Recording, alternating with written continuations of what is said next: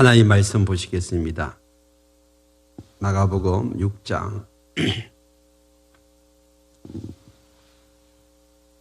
1절로 6절 한 절씩 교독합니다. 마가복음 6장 1절로 6절.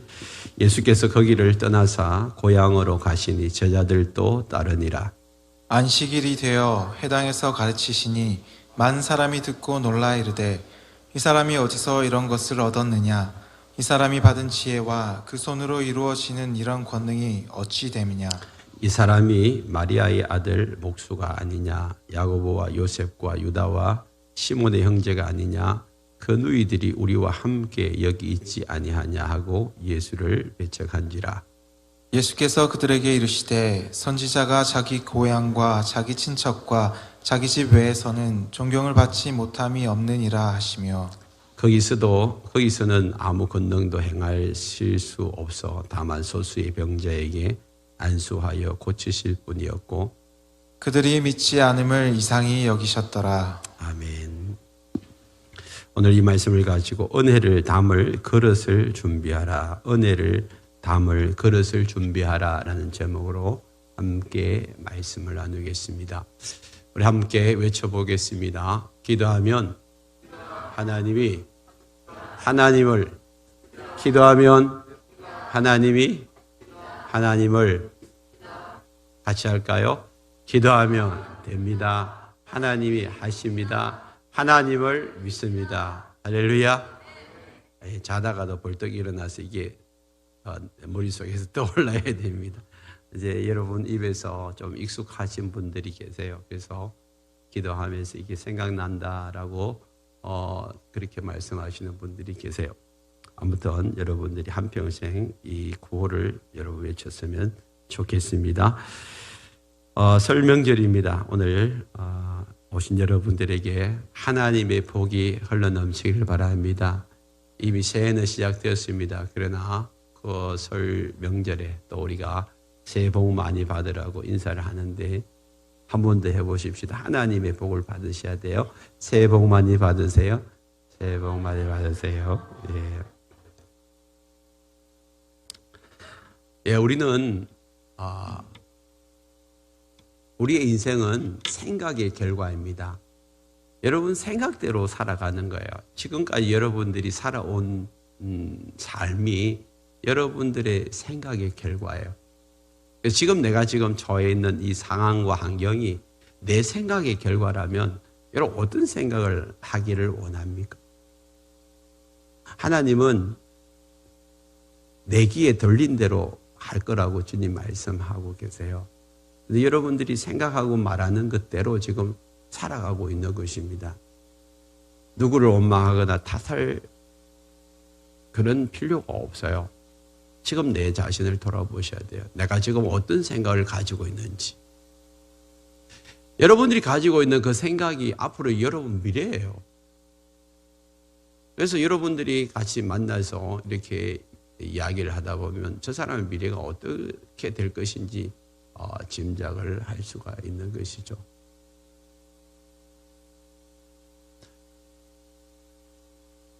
성경은 이렇게 말씀하고 있습니다. 로마서 8장 6절에 보면 육신의 생각은 사망이고 영의 생각은 생명과 평안이다. 육신의 생각에 사로잡혀 있는 자들은 결국에는 사망의 길로 가게 되어 있어요. 아무리 이 땅에서 잘 먹고 잘 살아도 내 생각이 육신에게만 속해 있고 땅에만 속해 있으면 여러분 땅만 쳐다보고 살다가 결국에는 사망이요 죽음의 길로 가는 거죠. 그런데 영의 생각으로 가득 차 있으면 이 땅에서도 하나님 주시는 평안과 기쁨을 누리고 결국에는 생명의 길로 가게 되어 있어요. 오늘 우리의 삶을 돌아보시고 여러분 자신이 지금 어디에 생각에 집중해 있는지를 가만히 보셔야 합니다. 한순간이에요. 내 삶은 한순간이에요. 금방 지나갑니다.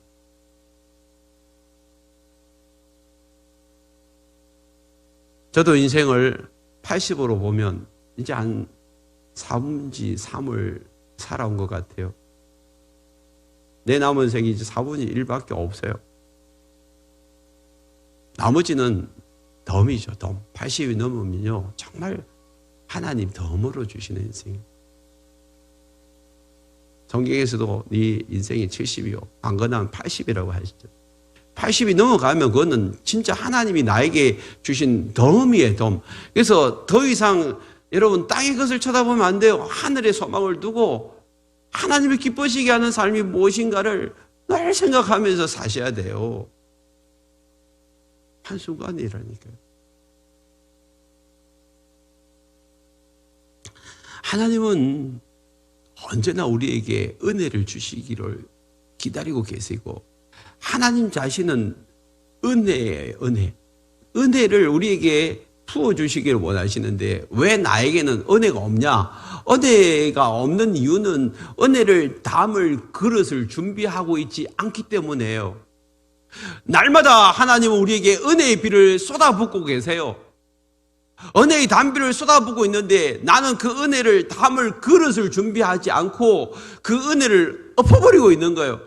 아무리 은혜의 담비를 많이 부어주신다 할지라도 그릇을 뒤집어 놓고 담을 그릇을 준비하지 않으면 다 새버리잖아요. 다 흘러버리는 거예요. 근데 그릇을 똑바로 딱 놔두면 여러분 은혜의 담비가 그냥 내한테 차고 넘치는 그런 은혜의 담비가 있을 줄 믿습니다. 그래서 내가 지금 은혜의 그릇, 담을 그릇을 지금 준비하고 있는지를 한번 점검해 보셔야 돼요. 오늘 예수님이 거기를 떠나서 두 번째로 고향으로 가셨어요. 제자들도 따라갔습니다. 뭐 하시기 위해서요? 은혜 베푸시기 위해서. 은혜 베푸시고. 예수님 가는 곳마다 은혜를 베풀어 주세요. 그래서 예수님 자신이 은혜 덩어리예요. 예수님. 그래서 은혜를 베푸시기 위해서 지금 나사렛에 갔어요. 2절에 보니까 안식일이 되어서 이제 해당에서 가르치십니다. 우리처럼 지금 예수님이 안식일에 이제 앞에 서셔가지고 설교를 하시는 거예요, 설교를. 근데 사람들이 듣고 깜짝 놀라는 거예요. 그리고 이 사람이 어디서 이런 것을 얻었느냐. 예수님 하시는 말씀이 능력이 있고 생명이 있고 지혜가 넘치니까 도대체 이 사람이 어디서 이런 것을 얻었느냐. 이 사람이 받은 지혜와 그 손으로 이루어지는 이런 권능이 어찌 됨이냐 그랬어요. 안식일에 해당에 들어갔으니까 안식일 전에 예수님이 다니시면서 병자도 고치시고 또 귀신 들린 사람들을 풀어내시고 하나님 치유하시는 그런 사역들을 예수님이 나사렛에서 하시니까 도대체 사람들이 어떻게 해서 저 사람에게 이런 지혜와 이런 권능이 나타나냐 깜짝 놀라는 거예요.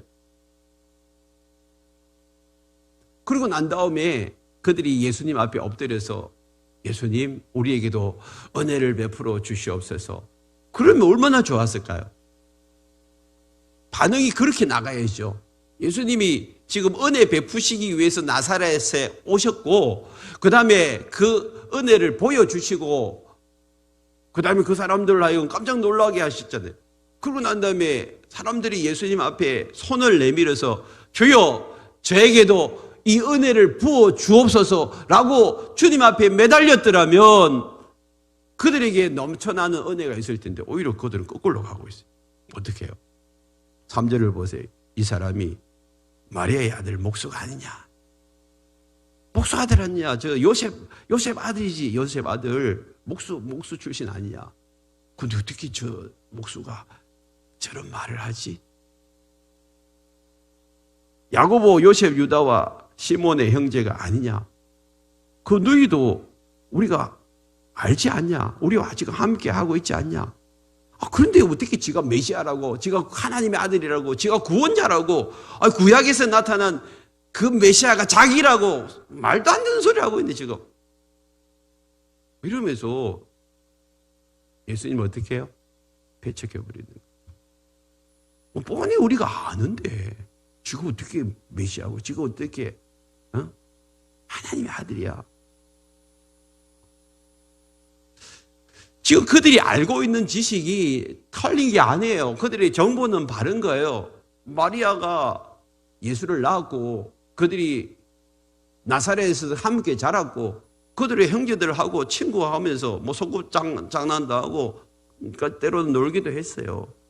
그들이 아는 지식은 올바른 지식이죠. 틀린 게 아니에요.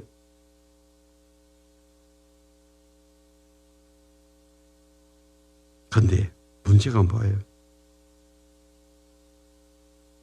그들이 아는 지식으로 예수님을 판단하고 있는 거예요. 그 정도의 지식을 가지고 예수님을 판단하면서 이제는 예수가 메시아 아니라요. 하나님의 아들 아니라는 거예요.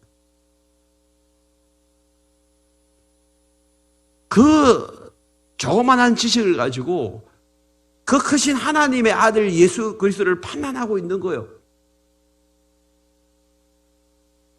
얼마나 어리석은 일이에요. 여러분 세상 사람들 보십시오. 지금 교회 안에 한 번도 발을 들인 적도 없고 성경도 한 번도 읽은 적이 없는 그 사람들이 마치 다 아는 것처럼 기독교가 어떻고 저떻고 예수 믿는 사람들 어떻고 저떻고 그래서 나 예수 안 믿어. 이러는 거예요. 여러분 평생을 예수를 믿는 저와 여러분도 잘 알지 못하는 예수, 다 알지 못하는 하나님을 그들은 쉽게 판단하고 정죄해버리는 거예요. 그러나 예수 안 믿는다니까. 얼마나 어리석은 생각이에요. 이 세상에서 가장 무서운 사람은 책 한 권을 읽고 모든 걸 판단하는 사람. 자기가 읽은 책을 가지고 모든 것을 다 그 잣대로 판단하는 사람, 제일 무서운 사람이에요.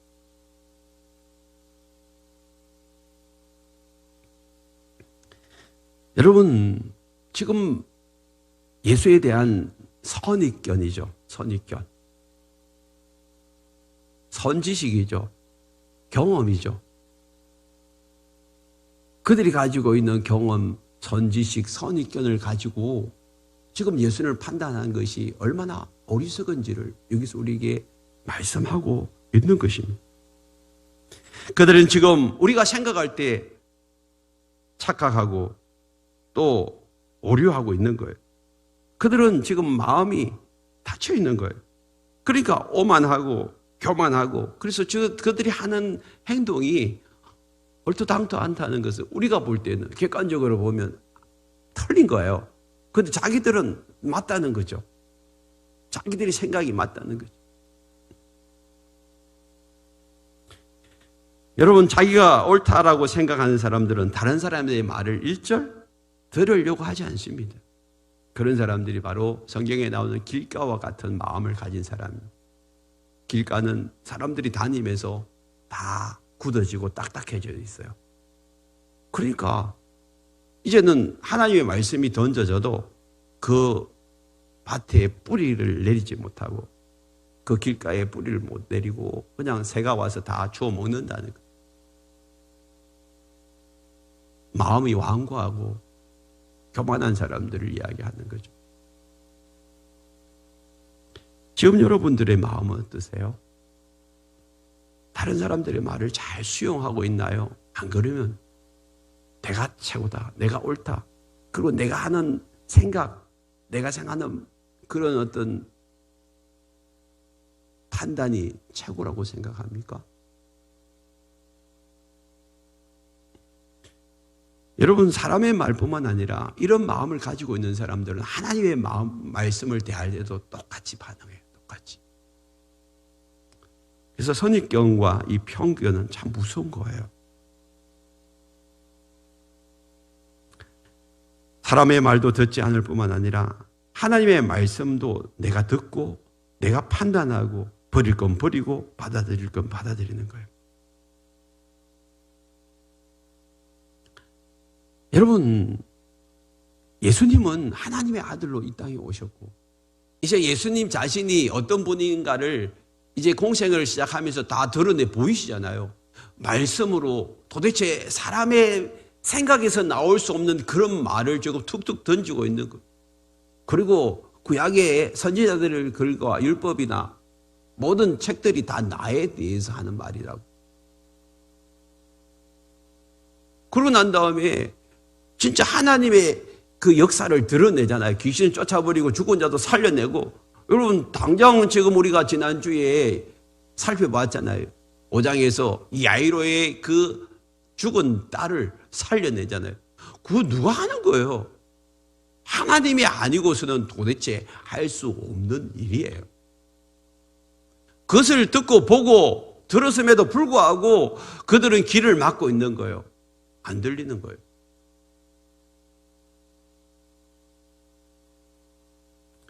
지금 내 생각보다 크신 하나님이 우리의 지식과 경험과 고정관념, 선입견을 가지고 판단해버린다면 얼마나 어리석은 거예요.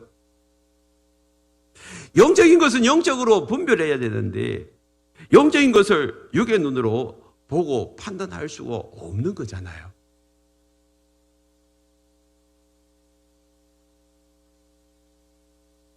지난주에 제가 우리 중고등부 경주의 수련회 첫날에 참석했어요. 저녁에 올라가서 같이 개들을 놓고 한 사람 한 사람을 놓고 중보하며 기도했어요. 저도 얼마나 은혜가 되는지 몰라요. 아이들을 앉혀놓고 강사 목사님이 당장 2시간을 설교를 해요. 2시간. 설교는 짧아야 돼. 아이들이 뭐 30분도 집중하지 못하는데 짧게 설교해야지 은혜가 되지. 그런 생각을 완전히 깨버렸잖아요. 이게 선입견 아니거든요. 우리의 생각을 가지고 있는 고정관념. 근데 뭐요? 2시간씩 설교해. 아이들이 그냥 너무 좋아라. 너무 재밌게 설교했어요. 근데 그 설교 중에 이제 마지막 부분에 본인이 전라도 저 신안 앞바다 섬에서 굿하는 이야기, 그 이야기를 했어요. 학교 선생님이다 보니까 거기에 대해서 관심이 많아.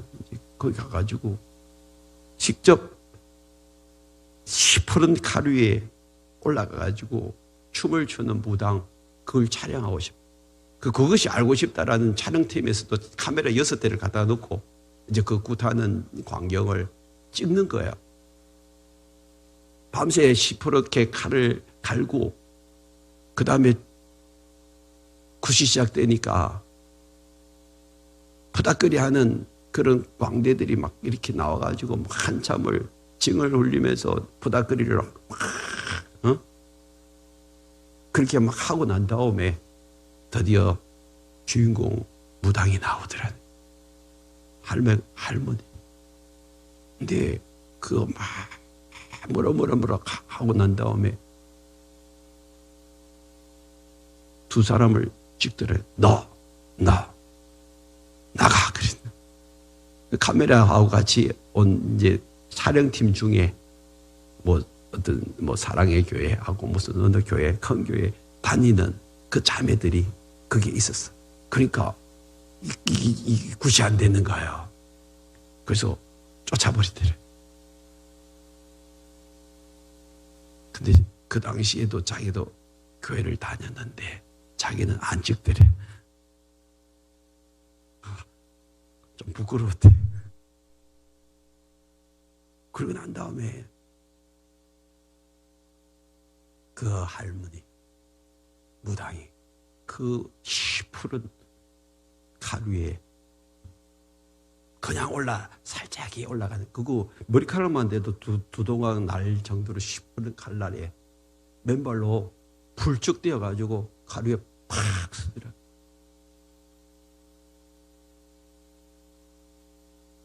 발이 비어서 가요. 그 위에서 칼춤을 추는 그 무당을 보고 놀랬대요.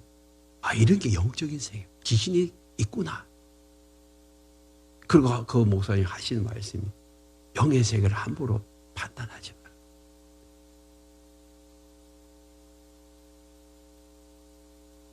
내가 보고 듣고 아는 것으로 판단하지 말라.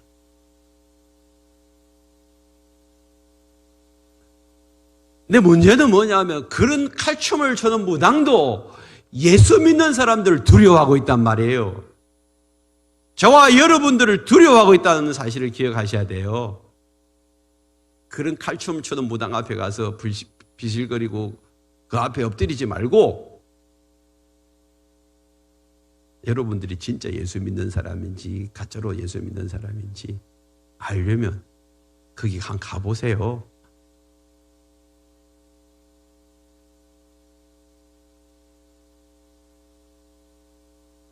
그분 나중에 이제 목사가 됐잖아요.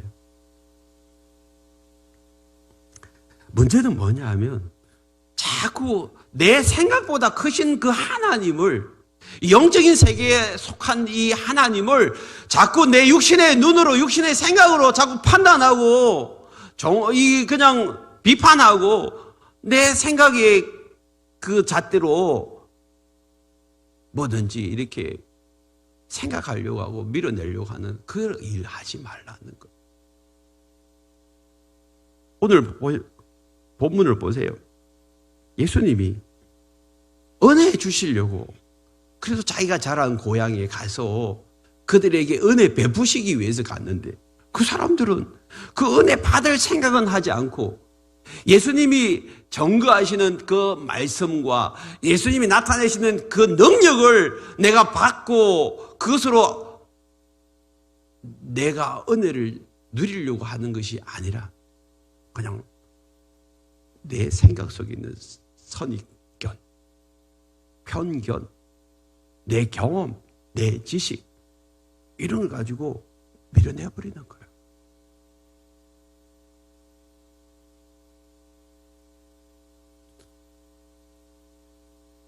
저도 신학교 다닐 때 너무 갈급했어요. 영적인 것이. 특별히 제가 고신교단 목사 아들로 자라면서 제일 궁금한 것이 성령의 그 역사하심과 능력이었어요. 고신에서 늘 말씀만 이야기하죠. 근데 정말 성령이 일하시는 것을 주변에서 보고 또 막 방언도 하는 것을 봤는데 저희 아버지 교회에서 방언하면 다 조용히 떠나야 됐어요. 조용히. 누가 툭툭 쳐가지고. 그러니까 너무 신기하고 궁금해서 나도 그래서 방언을 하고 싶었어. 근데 안 되더래. 신학교 방학 때마다 무척산 올라가가지고 한 주씩 검식하고 그걸 몇 번을 했어. 근데도 불구하고 제 입에서 방언이 안 터졌어. 10여 년이 지나고 난 다음에 제가 선교 훈련을 받을 기회가 있어가지고 거기서 훈련을 받는 중에 훈련생들 한 40여 명이 처음에 방언하는 사람이 20명 있었는데 나중에 일주일 강의 끝나고 난 다음에 기도 끝나고 난 다음에 39명이 다 입술에서 방언이 터졌어. 끝까지 남은 사람 누구게요? 저였어요. 아주 고신교단의 목사들. 그래가지고 나중에 끝나고 가려고 하는 사람을 선교사님이었는데 제가 붙잡았잖아요. 저도 방언하고 싶다. 기도 좀 해달라. 그래서 강대상에 가서 같이 무릎 꿇고 기도했어요. 한참을 기도하더만 형제님 이게 성령님이 역사하시기를 원하는데 이 생각 속에 있는 선입견, 그 선지식, 경험, 고정관념 이게 성령님이 일하시는 데 있어서 방해를 하고 있다고. 그거 좀 내려놓을 수 없겠냐고. 그래서 내가 나 없는 줄 알았는데 그게 내 생각 속에 다 묶여 있었던 것 같아요. 그래요. 제가 그걸 해결했어요. 하나님, 제가 가지고 있는 선입견, 편견, 고정관념, 경험 다 내려놓겠습니다. 선지식도 다 내려놓겠어요. 주님, 내 안에서 일하십시오. 역사하십시오. 그런 기도를 하고 한참 조금 있으니까 제 혀가 말려기 시작하는, 제 입에서 진짜 방언이 터져 나오더라고요. 할렐루야. 하나님의 일하심을 그때 경험했어요. 내 생각이 하나님의 일하심을 방해하는 거구나. 내 생각이.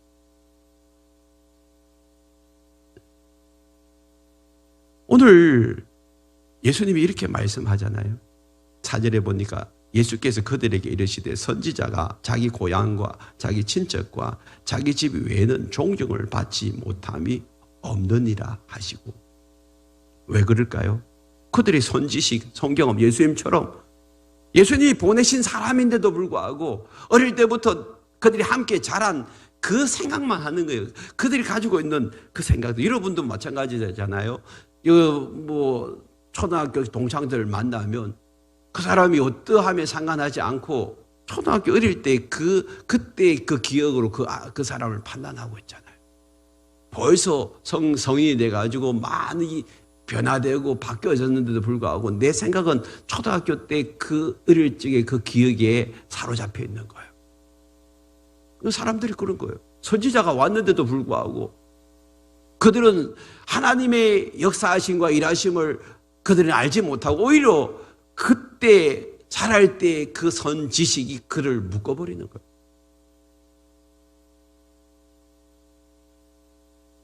예수님도 함께 자랐는데 이제는 하나님의 아들로서 그들에게 놀라운 능력을 나타내고 이제는 영혼들을 구원하기 위해서 그곳에 갔는데도 불구하고 그들은 그것을 인정하지 않는 거예요. 오히려 예수님, 네가 뭐야? 네 목소 아들 아니냐? 네 형제들, 네 누이들 다 여기 있는데 네가 뭘 하나님의 아들이라고? 어이구, 우리 보고 그걸 믿으래? 그러면서 밀어내버리죠. 그러니까 5절에 보니까 거기서는 아무 권능도 행하실 수 없어 그랬어요. 왜 거기서 아무 권능도 행하실 수 없습니까? 예수님이 능력이 없어서 그래요? 아니잖아요. 예수님은 능력 그 자체예요. 예수님 안에 하나님의 능력이 흐르고 있는 거예요. 그래서 혈류증을 앓는 여인이 손을 대니까 그 능력이 그냥 흘러와 버린. 그런데 예수님이 능력이 없어서가 아니라 뭐가 없었어요? 여러분, 지금 이곳에 전류가 막 흐르는데 여러분, 전선에 전류가 흐르는 그곳에 콘센트에 코드를 꽂아야 전기가 흘러오는 것처럼 아무리 큰 능력을 가지고 있는 예수님에게 믿음의 코드를 꽂지 않으면 능력이 나타나지 않습니다. 물론 예외적인 그런 몇 사람도 있지만 대부분 예수님의 능력을 드러내는 사람은 믿음의 코드를 꽂아야 돼요. 내 믿음의 코드를 예수님에게 꽂을 때 그때 능력이 나타날 줄 믿습니다. 예수님은 누가복음 4장 16절로 19절에 이렇게 말씀하죠. 예수께서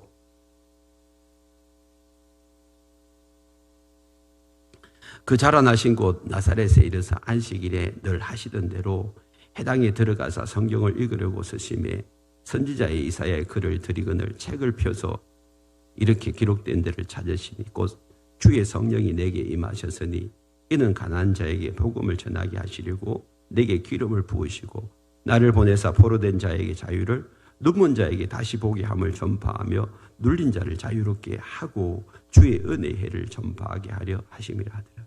예수님이 처음 이제 나사렛에 가서 사역을 할 때 오늘 이 본문은 두 번째 간 거예요. 처음에 갔을 때 예수님이 그들에게 회당에 들어가셔가지고 성경을 펴가지고 읽었어요. 그리고 내가 뭘 할 것인가를 이야기를 해줬어요. 성령이 내게 임했다. 그리고 나는 이제부터 가난한 자에게 복음을 전할 것인데 포로된 자를 자유케 하고 눈먼 자를 보게 하고 눌린 자를 자유케 하고 주의 은혜를 전파하기 위해서 여기 왔다. 사람들이 깜짝 놀랐어요.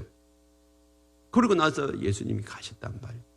그리고 다시 이제 나사렛에서 오셔가지고 내가 너희들에게 지금 은혜를 베풀기 위해서 왔다고 예수님이 왔는데 그들이 배척해버린 거죠.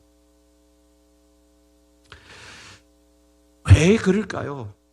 여러분, 영적인 눈이 열리는 것은요, 내가 열려고 해서 열리는 게 아니에요. 여러분들이 이 자리에 와 계시지만 여기서 예수를 믿고 구원받은 사람들은 여러분의 영의 눈이 활짝 열린 사람들이에요. 그런데 여러분들이 그 영의 눈이 열리는까지 여러분 노력하고 애쓴 게 아니에요. 에베소서 2장 8절 9절에 보면 너희가 그 은혜로 인하여 구원을 얻었다는 거예요. 이거는 너희의 행위가 아니고 하나님의 선물이다. 그래서 자랑할 거 없다. 그런데 단지 뭘 통하여? 믿음을 통하여.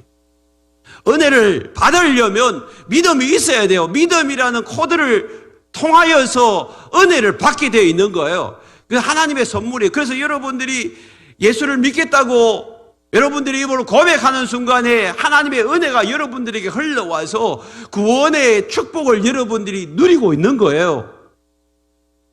영의 눈이 열리는 것은 내가 열려고 해서 열리는 게 아니라 하나님이 우리에게 은혜를 주실 때 내 영의 눈이 열려버리는 거예요. 그래서 사도 바울이 이렇게 고백하잖아요. 날마다 사도 바울이 이런 기도를 했어요. 그것이 에베소서 1장 17절 19절인데 함께 읽겠습니다.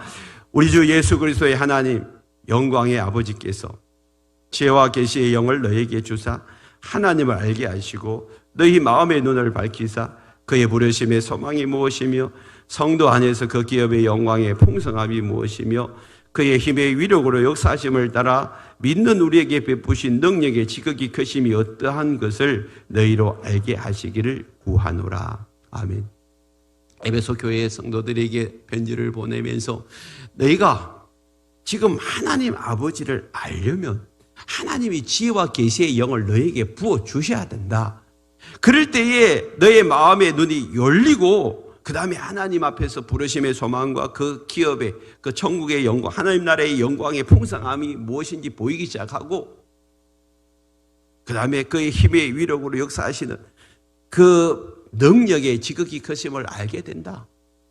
그것은 날마다 구하라는, 기도하라는 거예요.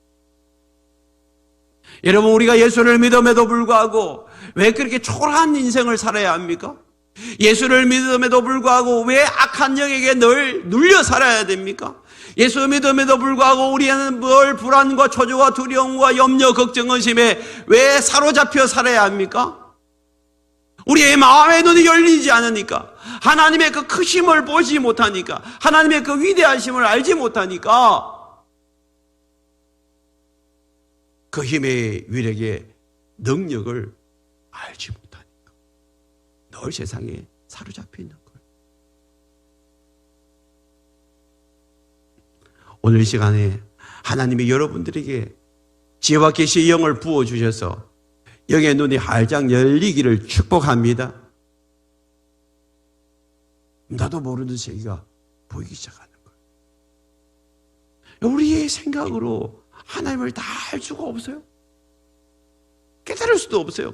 가르쳐 준다고 해서 우리가 알겠어요. 마치 짐승에게 막 ABCD를 가르쳐 주고 난 다음에 따라해봐라. 못 따라하는 거 똑같아요. 여러분, 개에게 여러분 지나가는 비행기의 비행 원리를 가르쳐 준다고 그 개가 알아듣겠어요? 개는 쳐다보고 지었을 뿐이에요. 비행기를 보고 뭐 겁이 나가 지었을 뿐이에요. 근데 그 비행기를 만들고 그 비행기를 하늘로 띄우고 날아다니는 그 세계를 어떻게 알겠어요? 짐승이 사람의 세계를 모르는 것과 똑같대요. 인간이 어떻게 영의 세계, 하나님의 세계를 알아요? 모르지. 근데 자꾸만 우리는 영의 세계를 내 머리로 자꾸 판단하고, 아니, 천국 같은 게 어디 있어? 지옥 같은 게 어디 있어? 하나님 어디 있냐고. 하나님 보여주면 내 예수 믿겠다고. 이런 엉뚱한 소리를 하고 있는 거예요.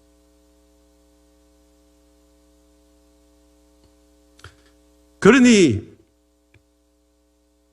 5절에 보니까 거기서 아무 권능도 행하실 수 없고, 그 다음에 여기에 주목해야 될 것이 다만 소수의 병자에게 안수하여 고치실 뿐이었고, 그럼에도 불구하고 혈류증을 앓는 여인처럼 믿음의 손을 내밀고 주여 나를 불쌍히 여겨 주시옵소서, 그렇게 주님 앞에 믿음의 코드를 꽂고 믿음의 손을 내미는 소수의 사람들은 예수님이 안수해서 고쳐주셨어요. 오늘 이 땅에 수많은 예수 안 믿는 사람들이 있지만 그래도 주여 우리를 불쌍히 여겨 주시옵소서, 그렇게 주님 앞에 손 내밀고 왔기 때문에 저와 여러분들이 구원받은 줄 믿습니다. 소수의 병자에게 안수해서 주님이 낫게 해주셨어요. 그리고 난 다음에 6절에 보니까 예수님은 그들이 믿지 않음을 이상히 여기셨다. 믿지 않음을. 왜? 자신이 은혜 베푸시기에 왔는데, 자신 안에 가득 차 있는 이 능력을 나타내 보여주고 싶은데, 하늘의 지혜와 지식을 가르쳐주고 싶은데 믿음의 손을 내밀지 않는 거예요. 그냥 선입견으로, 내 편견으로, 내 선지식으로, 내 경험으로 그냥 닫아버리는 거예요. 그게 바로 그릇을 뒤집어 놓는 거예요. 은혜의 담비가 지금 쏟아지고 있는데 은혜를 받을 그릇을 딱 준비해 놓으면 그 은혜를 다 받아가지고 차고 넘칠 텐데, 그 그릇을 뒤집어 놓으니 예수님이 오셨음에도 불구하고 은혜는 자꾸만 쏟아져가 땅으로 다 흘러가 버리는 것입니다. 오늘 이 자리에 여러분들이 오셨습니다. 여러분들이 은혜를 받을 준비를 하고 오셨다면 지금 여러분 마음에 은혜가 차고 넘칠 거예요. 근데 그냥 종교적으로, 습관적으로, 형식적으로 그냥 주일이니까 교회 가보자, 그래서 오신 분들은 하나도 은혜가 안 돼요.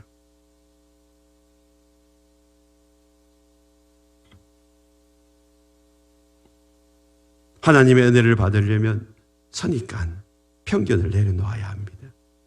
하나님의 은혜는 항상 준비되어 있어요. 언제든지 주님이 여러분들에게 은혜 주시려고 기다리고 계신단 말이에요. 그래서 믿음으로 말씀을 붙들고 순종으로 행할 때 하나님의 은혜를 경험하게 될 줄 믿습니다. 자신의 선입관, 고정관념, 편견의 문이 열릴 때 새로운 것이 보여지기 시작하는 거예요. 여러분, 성경의 인물 가운데 제일 편견이 심한 사람 사도 바울이잖아요. 그는 유대인 말고는 구원이 없다라고 생각했어요. 예수님이 메시아라고 하니까 사람들을 다 잡아 죽였어요. 어떻게 이단들이 저리 나와가지고, 그래서 사람들을 그냥 잡아가두고 죽이고 하는 일에 앞장서고, 그의 능력과 학식과 지혜를 가지고 그냥 이 유대교를 무너뜨리는 사람들 다 죽이려고 했어요. 그래서 다메섹까지 쫓아갔잖아요. 가는 도중에 예수님이 찾아와 버렸어요. 그게 꼬꾸라지잖아요. 눈을 멀었어요. 그리고 다메섹에 갔어요. 3일을 눈에 비늘 같은 것이 있다가 아나니아가 안수하고 나니까 그게 벗겨져 버려요. 새로운 세계가 열렸어요. 남은 생에 이제는 그가 가지고 있던 모든 지식 다 내려놨어요. 그리고 오직 주를 위해서 한평생 이렇게 달려갔어요.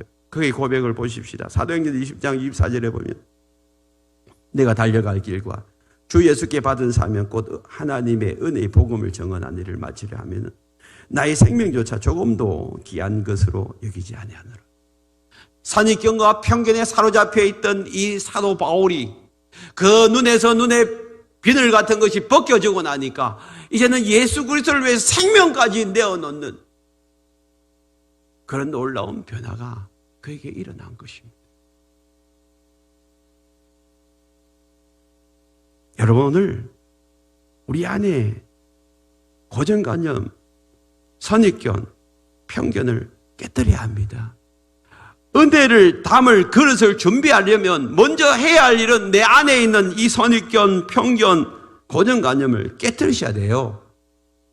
육신의 눈으로 보는 것들을 이제 한계, 그게 나의 한계라는 것을 여러분 인정하셔야 됩니다.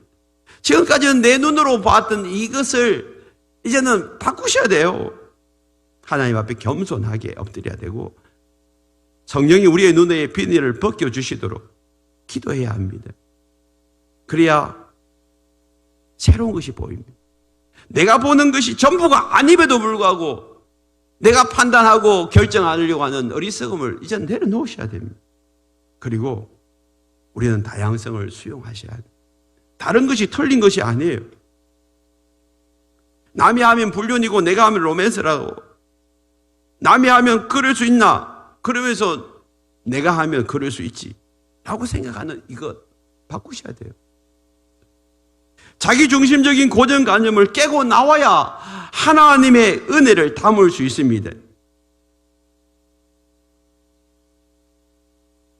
그래서 우리는 지금부터 해야 될 것은 그릇을 엎어놓지 마세요. 이제는 하나님이 나에게 어떤 은혜를 주실지 모르니까 이 그릇을 다 이렇게 바르게 이제 채워놔야. 그리고 작은 그릇 말고 조금 더 큰 그릇을 준비하세요. 내가 그릇을 은혜를 많이 사모하는데도 불구하고 그릇을 준비를 많이 못하고 작은 그릇을 준비하고 있으면요, 큰 은혜를 담을 수가 없어요. 모태신앙들은 못해서 모태신앙이지. 모태신앙들 못돼서 모태신앙이 모르겠어요. 그냥 다 안다고 생각해요. 교회에 대해서도 알고 하나님에 대해서 알고 성경에 대해서 알고 다 안다라고. 뭐 성경의 지식은 알겠죠. 삭개오 이야기도 알고 다윗과 요나단 이야기 뭐 다니엘 이야기 들어서 다 알죠. 근데 그것이 내 선입관에 사로잡혀 가지고 하나님의 말씀을 방해할 때가 얼마나 많은지 다 안다고 생각해요. 근데 실제적으로는 그드름을 피우지만 껍데기만 알고 있는 거예요. 말만 하면 다 아는 것처럼 생각하지만 형식적이고 습관적인 그런 신앙생활을 벗어나지를 못하고 있어요. 생명력이 없는 거예요. 영혼을 살리고 구원해내고 그들에게 살아계신 하나님을 전하라면 잘 못해요.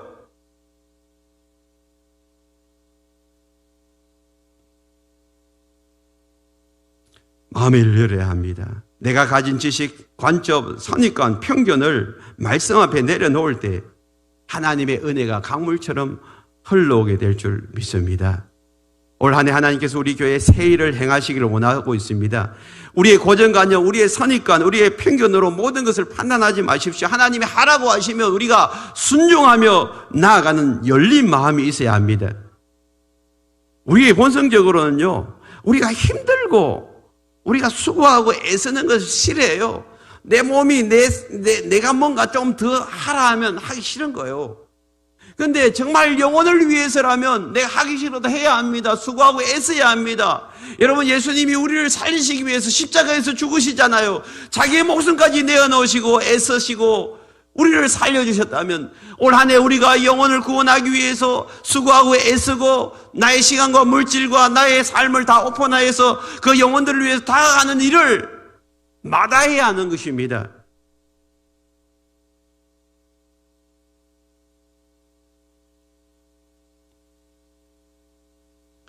그런데 하나님이 이 말씀을 준비하면서 저에게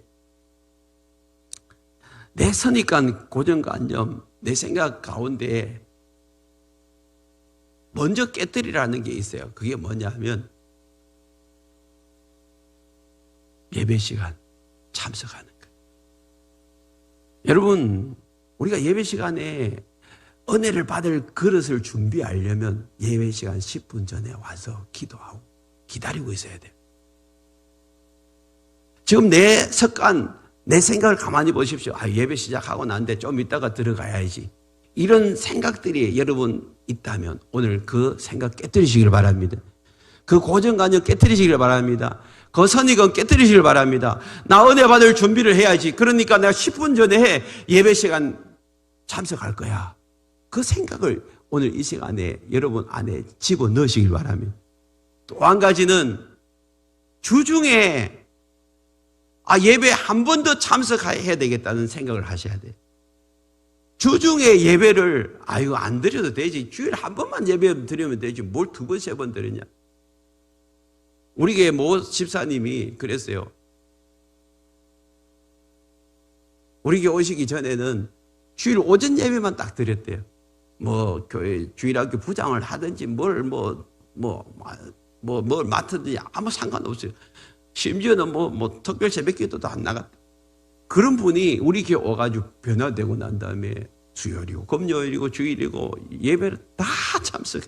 그것도 모자라 가지고 매일 저녁마다 뭐 교회 할 일이 없는가 와가지고 뭐 고치고 뭐 그 주일에 뭐 일주일 내 그냥 교회 와서. 왜요? 좋으니까. 여러분, 이제 여러분도 예배의 참석률을 높이시길 바랍니다. 수요일, 금요일 나오셔야 해야 돼요. 여러분, 일주일 동안, 여러분, 연로가 일주일 동안 가면 좋겠지만, 여러분, 오늘 받은 은혜의 연료가 한 3일 지나면 다 떨어지잖아요. 다시 채우셔야 돼요.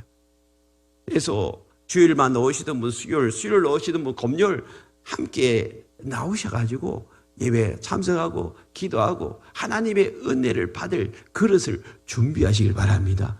내가 힘들고 어렵고 지금 은혜가 없으면 빨리 여러분 은혜 잔치 자리에 나와서 은혜 받을 준비를 하셔야 돼요.